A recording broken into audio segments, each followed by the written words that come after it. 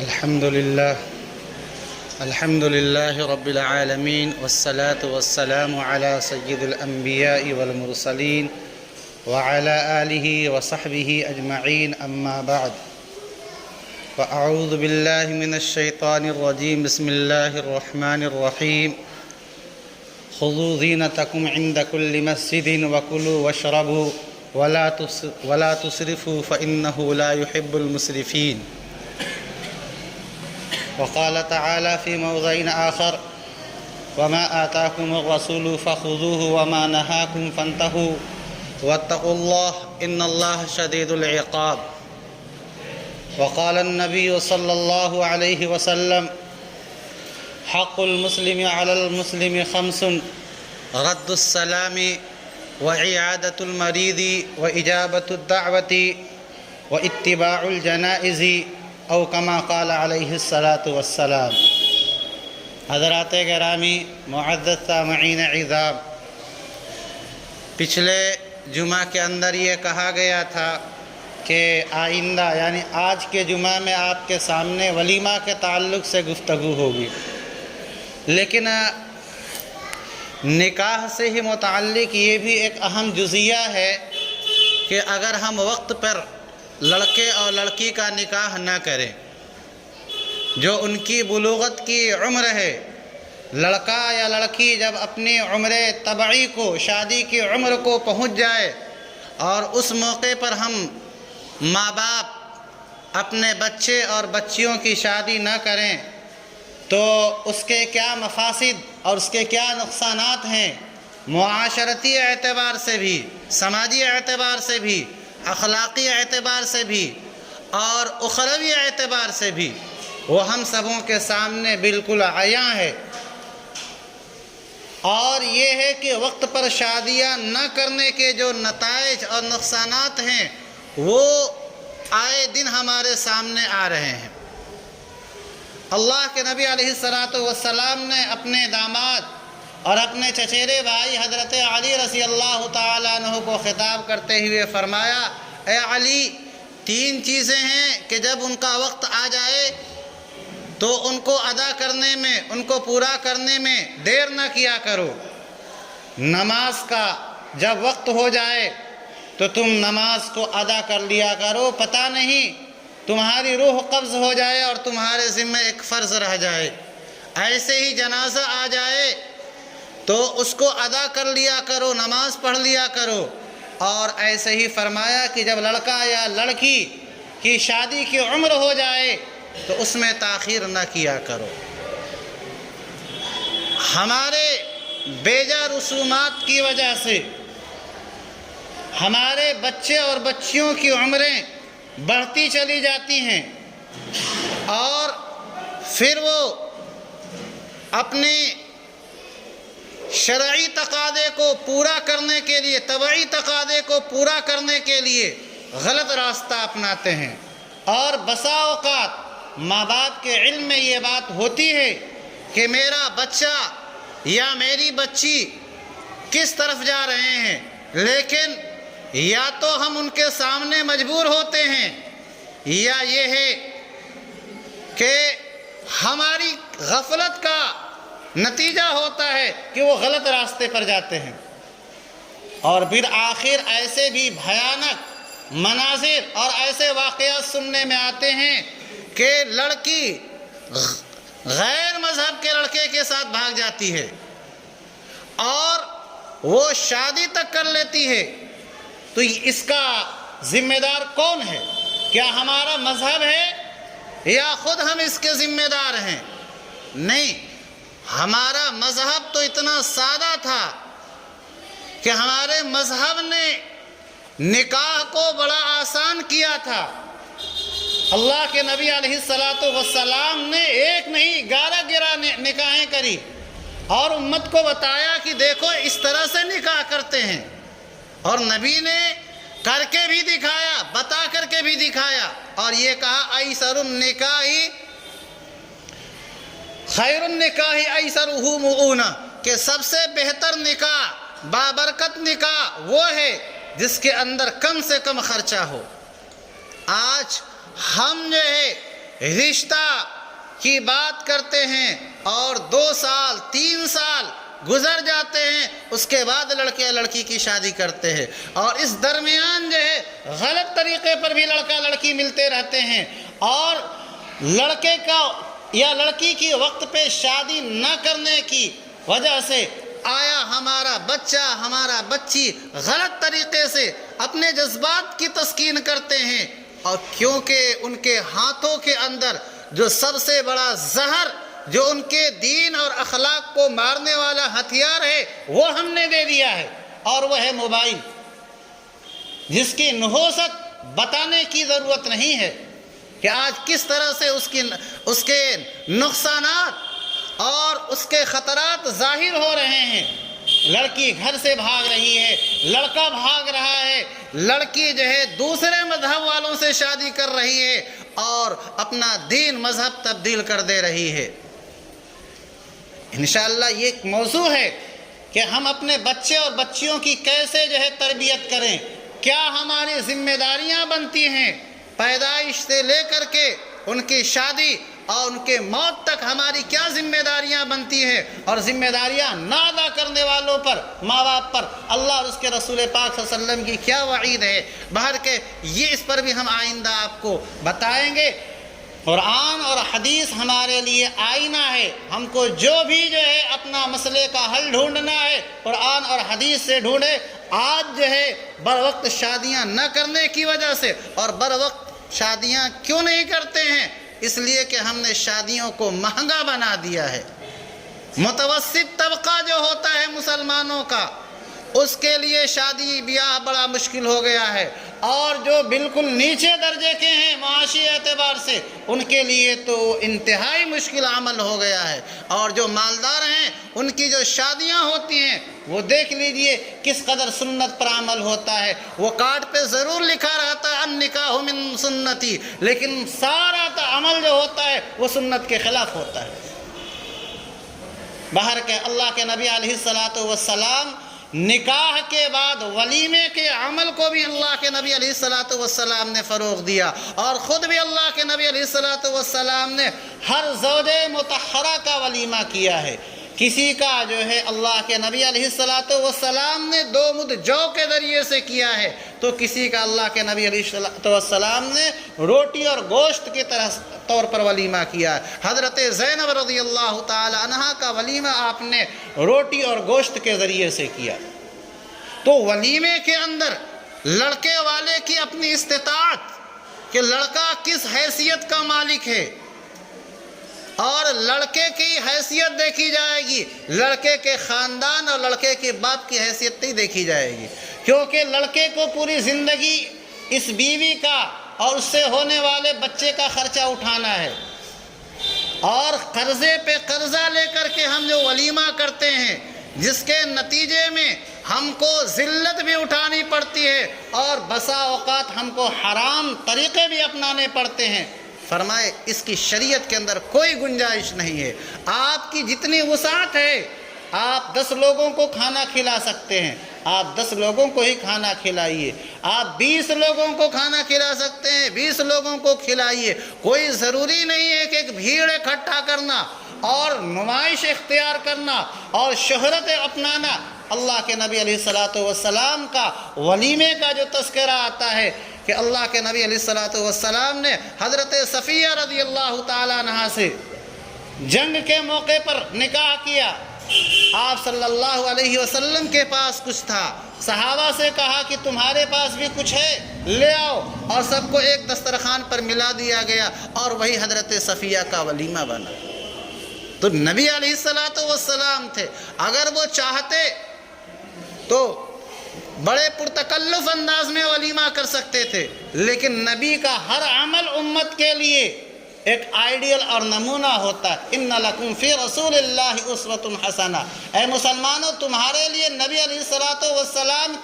کی طرز زندگی کے اندر ایک نمونہ ہے، لہذا اگر نبی کوئی عمل کرے تو پوری امت کے لیے اس پر عمل کرنا ضروری ہو جاتا۔ تو نبی علیہ السلام اگر جو ہے بہت بھاری بھرکم والا ولیمہ کرتے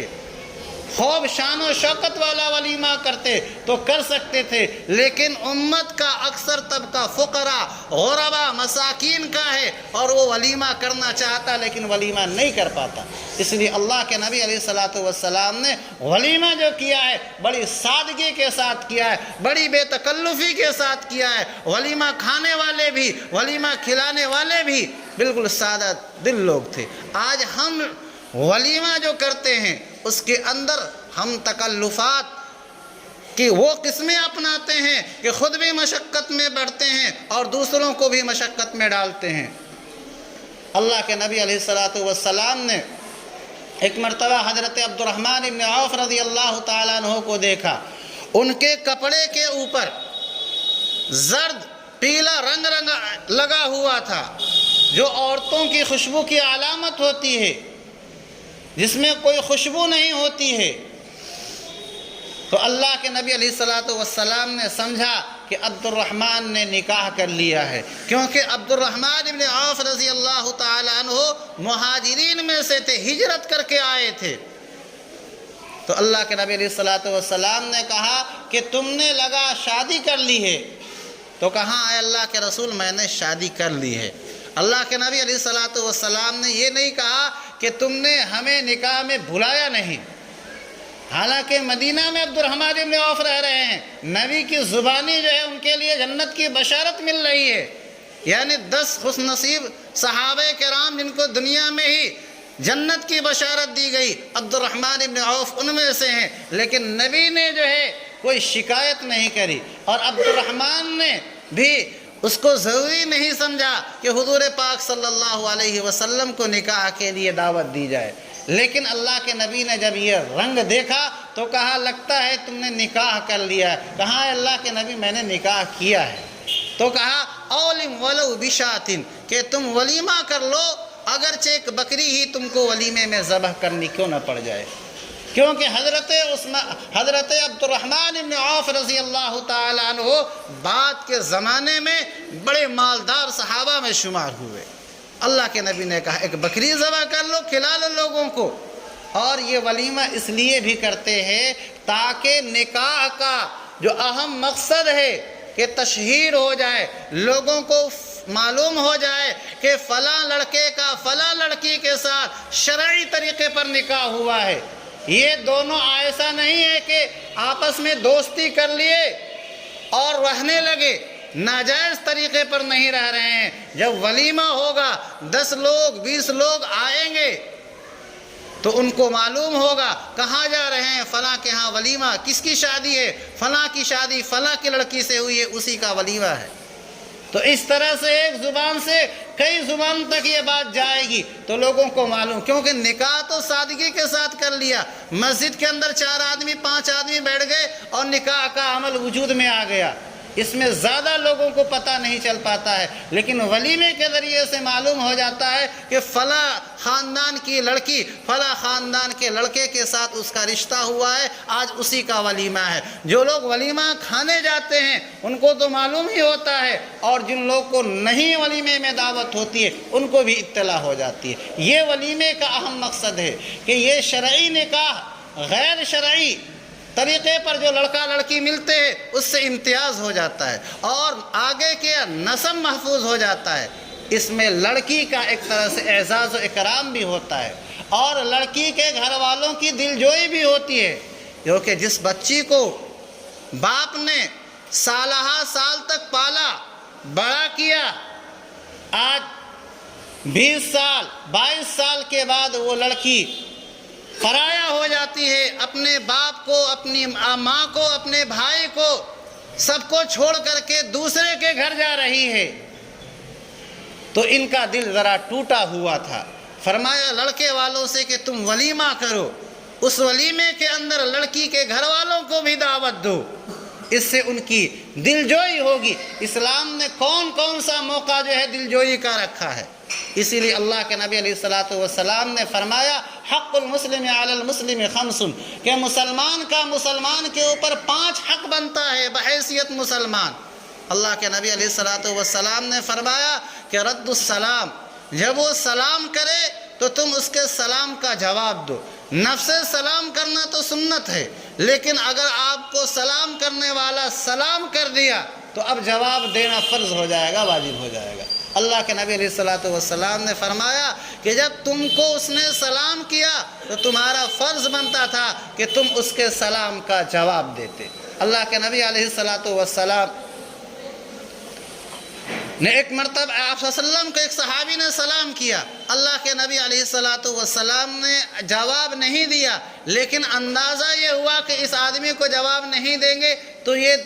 دوسری طرف چلا جائے گا، نظروں سے اوجھل ہو جائے گا۔ فوراً آپ نے تیمم کیا اور اس کو جو ہے سلام کا جواب دیا، کیونکہ اللہ کے نبی علیہ السلام نے بہتر نہیں سمجھا کہ اس وقت بے وضو ہو کر کے بھی سلام کا جواب دے۔ حالانکہ سلام کا جواب بلا وضو بھی دیا جا سکتا ہے، لیکن نبی علیہ السلام کی عادت شریفہ یہ تھی کہ ہر وقت پاک رہا کرتے تھے، تو سلام کا جواب فوراً آپ صلی اللہ علیہ وسلم نے ان کو دیا۔ ایسے ہی فرمائے عیادت المریض، اگر تمہارا کوئی بھائی بیمار ہو جائے تو تم اس کی مزاج پرسی کے لیے جایا کرو، اس کی خبرگیری کے لیے جایا کرو۔ اللہ کے نبی علیہ السلام نے فرمایا کہ تم کسی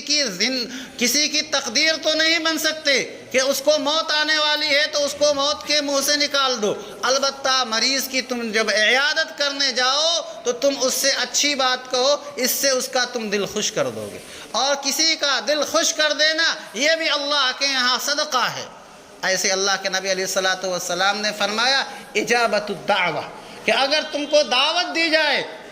اور دعوتوں میں سب سے بہتر دعوت ولیمے کی دعوت ہے، اور ولیمے کی دعوت کے تعلق سے نبی علیہ السلام نے یہ بھی فرمایا ہے کہ اگر تمہیں دعوت دی جائے تو جاؤ، اور اگر دعوت نہ دی جائے تو نہ جاؤ، کیونکہ بلا دعوت کے جانے والے کو نبی علیہ السلام نے چور سے تعبیر کیا ہے کہ بغیر بلائے یہ چلا گیا، اور چاہ کر کے کھا کر کے لوٹے تو اس کو لٹیرے سے تعبیر کیا اللہ کے نبی علیہ السلام نے۔ اور یہ جو ہے اخلاقیات سے گری ہوئی بات ہے کہ آپ کو ولیمے میں مدعو نہیں کیا گیا، اس کے پاس کتنے کا انتظام ہے، اس نے جو ہے 150 آدمیوں کا انتظام کیا، اور 100 آدمیوں کے ساتھ 100 آدمی اور جڑ کر کے چلے گئے تو 200 آدمی ہو گئے۔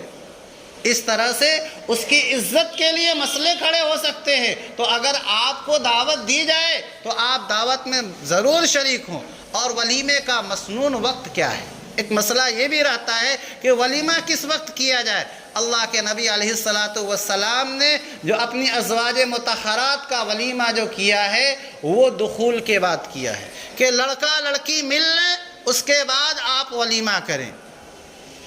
البتہ حضرت زینب رضی اللہ تعالی عنہ کے تعلق سے ایک روایت آتی ہے کہ آپ نے شب زفاف سے پہلے کیا ہے، لیکن اکثر روایات میں یہ ہے کہ شب زفاف کہ لڑکا اور لڑکی کے ملن کی جو رات ہوتی ہے